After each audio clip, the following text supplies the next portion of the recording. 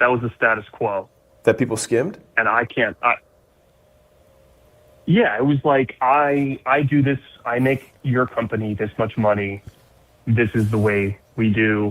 That's I know. wild. I'm looking at you. I did the same thing. I couldn't believe it. Alex Hormozi shares this master plan to handle a thief stealing from this business in distress. As Alex Hormozi understands, you have to be smart and calculated to deal with theft because it can ruin your business. Let's check it out.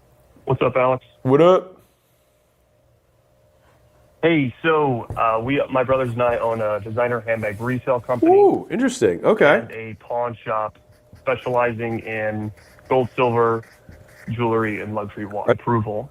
Okay. And then I have a hyper-specific question. Okay. I recently caught one of our main employees kind of skimming off the top, stealing. What would you do in that scenario? It's is it the guy or is it like what guy is? I mean, it's not really going to change my answer, but I'm just curious. It's someone who is replaceable, but it would be a huge hit. What is? You know, the thing about thieves is you have to remember when you catch them stealing, it's not like you caught them the first time. You're just catching them in the act now, but you don't even know how long they have been stealing. What is a hit? Like we would have to. Well, the financials are worse because they're stealing, correct? Not significant. So it's like it's small. It's not. Let me give you the TLDR on this. Ruin the company. Let me give you the TLDR on this. Mm-hmm. When you're 85 looking back, you're going to want to have been honest, period. Also, you expose yourself to liability because as soon as you know, or it's demonstrated in any way that you knew about something, all of the reps and warranties that you're doing in the sale are going to be flipped. And so if you basically are knowingly giving somebody an organization that has some liability that you have not came forth with, you take on that liability and they could basically not take back the money, but sue you, it'd suck. Right? Like if an employee stole $10,000 worth of product, but you knew he was a thief and you never did anything to that, I mean, that company, like they could be out of money too. And they can come right back to you because you're liable because you knowingly had a thief. You took 10 grand, you didn't do anything about it. If it was a new PlayStation and you had a whole bunch of guys in your store offload them and you just kind of like turned a blind eye.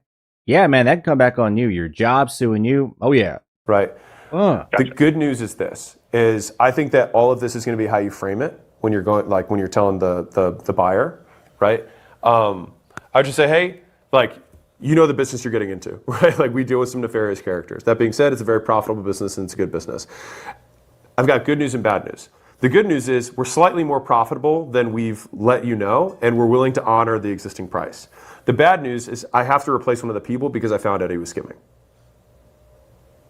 Mm-hmm. But fundamentally, you have to be upfront, state the facts, and tell the truth. I don't think it's going to blow the sale up. Yeah, no, I agree. And truth be told, I already did talk to this person. I'm more interested in what you would do because I spoke to them, met a middle ground, didn't ask for any money back. We changed the. Oh, I mean, I would kick him out moving forward. So, yeah, I mean, like, it sounds like he already talked to the guy, and he said he didn't even ask for the money back. Like, I guess they had an agreement. So someone steals from you, and you talk to them about it, and you just kind of, like, come to an understanding. Like, yeah, like, Alex Hormozi said, like, no, he's got to go. Like, you can't trust that person. That's the issue, is the trust factor. Dude, they stole. Before the sale? Yeah, they stole, man. Oh, that's interesting. They stole. Okay. Yeah, like a thief's going to be a thief. If you allow a thief, not only is it your liability on you, but it's like, why wouldn't he do it again? Like he knows that he got away with it. And if you're turning, a blind eye again, what's to stop him again from doing the same thing? This is like the soft on crime policies that don't work. But the same thing in business, like, no, if you steal, like, I can't trust you with my money anymore. You got to go. Would you say that if it was like $100 versus 10,000. Have you seen? A difference to you have or you is it a binary? seen? Yeah. Have you seen? Have you seen? Hold on. What show am I? I'm trying to figure out the show. Have you seen Ozarks? The show? No. Okay. Oh, I'll give you the Familiar, scene. but no. I'll give you the scene. So, I know where he's going. drug lord finds out the main character and his partner are skimming in some way, right? So, drug lord shows up. The main character is an accountant. His partner is also an accountant. They have a legit accounting firm. They also do this drug cartel stuff on the side. The main character doesn't know what's going on because he's not the one skimming. The drug lord tells a story about when he was growing up, they ran a grocery store. And he says his father called Lupita. Everybody loved Lupita. Lupita was amazing, right? And he caught her pocketing like a $5 bill on her way out the door. And so the drug lord then goes to, the secretary of the accountant, who's the main character, and says, "What would you do?" And the secretary says, "It was just $5, not a huge deal." And so then he kills her. And then he goes to the next one and says, "What would you do?" And he's like, "Well, hey, we got to understand the situation, blah, blah, blah, blah, blah." And so finally he goes to Marty, who's the main character. And he says, "What would you do, Marty?" And he says, "Well, I'd get rid of her." And he says, "Why?" He said, "Because it's not the first time she stole. It's the first time you caught her." It's funny. I didn't even see this part, but that's literally, that's where I got that line from. Ozarks was a great show. Wow. Gotcha. Yeah. I would not want a snake in my business. Whether it's $100, $1,000 they stole. Mm-hmm. To be fair, that's how I do business. Yeah. If you're going to risk doing business with nefarious characters, don't be surprised if they're then nefarious. If you hire a whole bunch of, idiots and junkies and just worthless, and they come in and do a terrible job, what are you surprised of? You can clearly tell, if you see someone do a terrible job one time and take no responsibility for it, all right, you got to go. But especially if you're stealing, it's the same thing. You have to be able to trust the people around you, the employees underneath you, and you have to trust the leadership too, even if you're below someone else. If there's not the trust factor and you don't know what's going on, you're just allowing risks to continually occur over and over and over again, and sooner or later it will come back to wreck you. It's just what kind of signal does that? It's what signal do I send to my team? What signal do I send to myself? It's just there's no reason. Well, I can tell you what happened is I got tremendous pushback on a different person on the gold side because this was an inherited business, which is one of the reasons we're selling. Yeah. And that was kind of the way things were. Yeah. That was the status quo. That people skimmed? And it was I do this, I make your company this much money. This is the way we do. That's I know. wild. I'm looking at you. I did the same thing. I did the same. I couldn't believe it. No, you're justifying theft. Oh yeah, exactly. Nefarious characters. Because then you don't know how much they're stealing, how often it is. You have no control over your inventory, right? All your numbers are off. You don't know what your business is doing. You have no way to correlate everything if you have everybody just skimming everywhere. That is nuts. But we're selling the company, and I don't know how much to push back, to how much to be lenient on it. And so that's the scenario that I stand by 100% what I said originally, which is I think the game is long, and reputation is the only thing that you defend with your life. And when you do a deal in the future, because hopefully you will, they will call your last acquirer and say, "How was it?" It's your brand. So I think state the facts, tell the truth, be upfront about it. I don't think it's going to blow the deal up. I think that you get it basically putting things on the right foot, the right way. You will feel better about it. There is a short, these are real. These are real. You know what I mean? There's many people who wouldn't do this. This is a judgment call. This is an ethics call, not a business call. But I will tell you 100%, that is what we would do. And it would pain me, to be clear. I'm not saying I would be happy about it. I'd be pissed. I'd be like, why did you have to do this? Right? Sometimes I'd be like, why did I have to catch you? Why couldn't you have been better at stealing? Right? But like when you know, right? The best day to catch someone stealing was 20 years ago. The second best day is today. Copy. I do think that the people who you do business with will respect you for bringing it to them.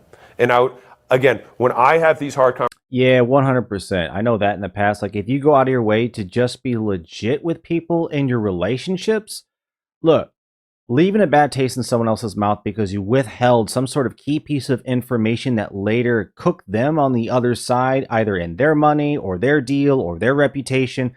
Either way, you as a person, you need to be an asset to people. You're not an asset by lying to other people. You're a liability. And people, like Alex Hormozi pointed out, if they call back and like, what's your last experience? They're going to realize this guy's a liability. He's not an asset to me. So it's not worth the risk if he's nothing more than that. Like the risk outweighs the liability. So it's not worth doing. Nope. Deal off.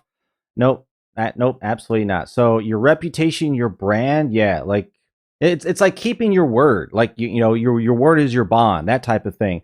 But that matters. And yeah, play that out over 10, 20, 30, 40 years. You don't know where you're going to be. But if you're going to take risk with that, odds are you're going to be tarnished by then. Conversations, I'm going to go longer on this because I think it's going to affect more than one person here. Is when I say state the facts and tell the truth, it's stating the whole facts and the whole truth. And that's what actually gets you through these things. It's the half truths and the half facts that get you fucked. So basically it's like saying, listen, I had a big, like I'm talking to the buyer, right? Listen, I had a big internal debate about whether to even bring this up, right? Paul, as you guys have met, he's one of the 4 leaders that we have here. I caught him pocketing $200, all right? With integrity, I don't want to represent something that isn't. Now, the good news is, it wasn't a huge amount of money. The bad news is I did let him go because of it, because it's not something that I stand for. And so that being said, I don't think it's going to affect the operations. I think there's a potential the profit goes up. When you remove cancer, that's usually a good thing. But I want to be upfront with you guys, and at the very least, you will know that I'm the type of person that you're doing business with, and that what I said the numbers are is what the numbers are.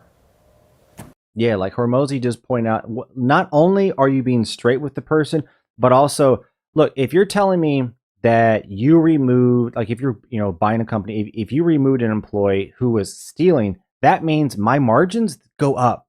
Yeah, like you mentioned, like if you're going to make more money, hey, you're being an asset to me. You're making me more money. You're being honest. You're being straight, right? I can see integrity with you and how you present yourself and how you do business. You're someone I would come back to do business again, even if the deal somehow like didn't work out or something like that. It didn't quite work out for other reasons. But man, you have anything else? Absolutely hit me up. I would love to make some money with you. Like that's the reputation you want to build. And yeah, like it's not worth burning your reputation for one guy stealing a little bit of money. It's just not worth it. So maintaining good business relationships, yeah, sometimes it stings, but it's going to be worth it in the long run. If somebody did that to me, I'd be like, fuck, I love this guy. I wish I could do more business with this guy. Yeah, I figured there's always going to be skeletons. I know that. I'm a buyer.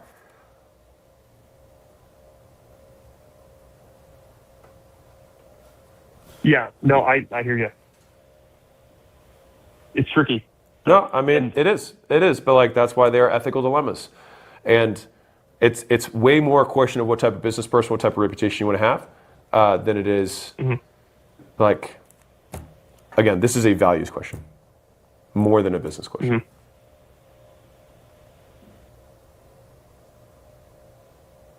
Copy. Yeah, I saw the Q&A before was all psych-based, and this was something that happened literally a week ago. Yeah. And then you already answered my question earlier in the chat. So oh, good. That's all from me. Yeah. All right, rock and roll, man. Appreciate you. Sorry that this had to happen, but I'll say this: you will always be proud of how you acted in this moment.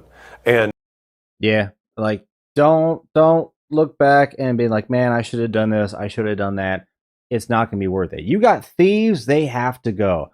I mean, whether it's your employees, whether it's your friends, people who do that, even family members sometimes. It sucks too, but man, if you can't even trust money being around a family member, because they could steal it. They're doing something with it. No one has any respect for a thief. No one has any love for a thief. And if you know you have one somewhere around you and you allow that to happen, don't be surprised if you keep losing money. But at that point, it's literally your own fault because you knew. But yeah, let me know what you thought down below about this guy's situation. Do you agree with Alex Hormozi? Would you fire him? Would you keep him on for a little longer? Let me know what you think. Like, subscribe, and I'll see you on the next one.